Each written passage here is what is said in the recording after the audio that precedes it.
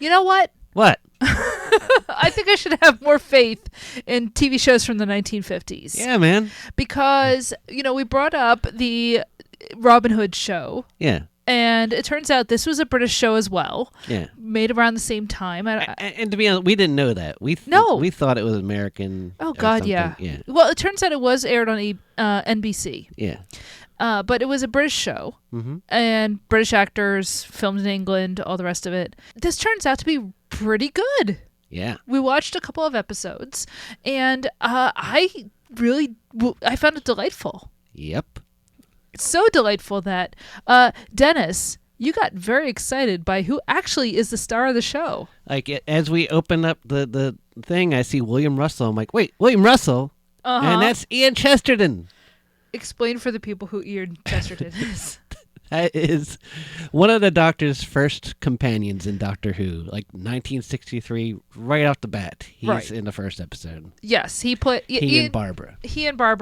Ian and Barbara were English, school teachers who end up getting subsumed into Doctor Who because they are teaching his granddaughter, Susan, and they are the earliest companions of Doctor Who. Yeah. And so if you go back and watch the episodes with the first Doctor, you will recognize Ian. He is the off-brand Richard Burton. I don't mean that as an insult, to be honest, because just being like 10% Richard Burton is like 100% in my book. He's the TV Richard Burton. Yes, he is. No, like I mean, I'm kind of joking, but I'm also kind of not. Yeah.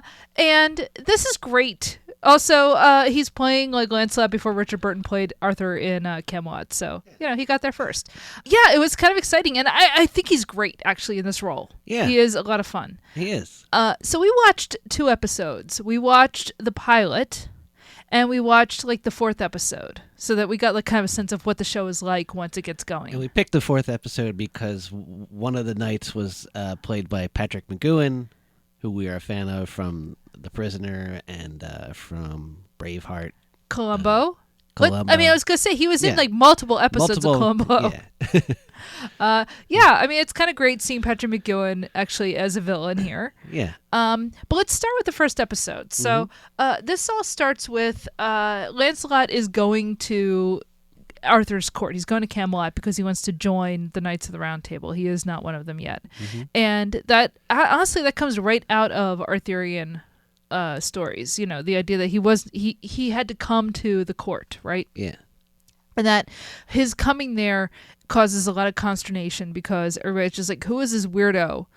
In the books, it is, who is this weirdo from France? Yeah. And in this, everybody just talks with an English accent, so... whatever, but it's like, who is this guy who's just showing up out of nowhere and joining our court? Now, here's what I like with the show.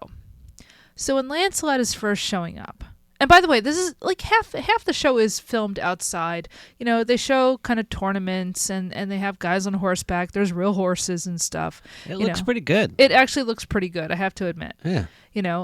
Like there are scenes that are just like sets and they're obviously indoors and that's fine.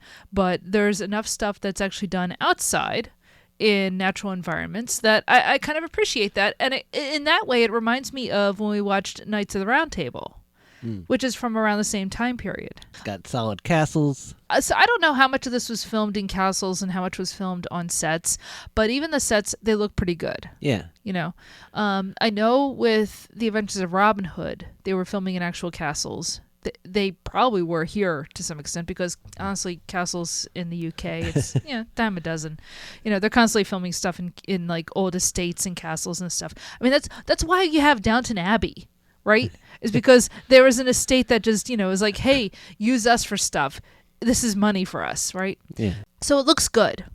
All of the costuming, it's very high chivalry, right? It's like they stepped out of an N.C. Wyeth painting or something, right? Yeah. 14th century. Very much 14th, 15th century sort of ideas of what knights look like. And look, this is all I want from a King Arthur TV show. I don't want, it's the 5th century and we're all like, cast off Romans or something. No. This is exactly what I want. This is ladies in gowns, men in armor. This is perfect. I got to ask you one thing, though. The first thing that jumps out at me in this show is those are some skinny shields.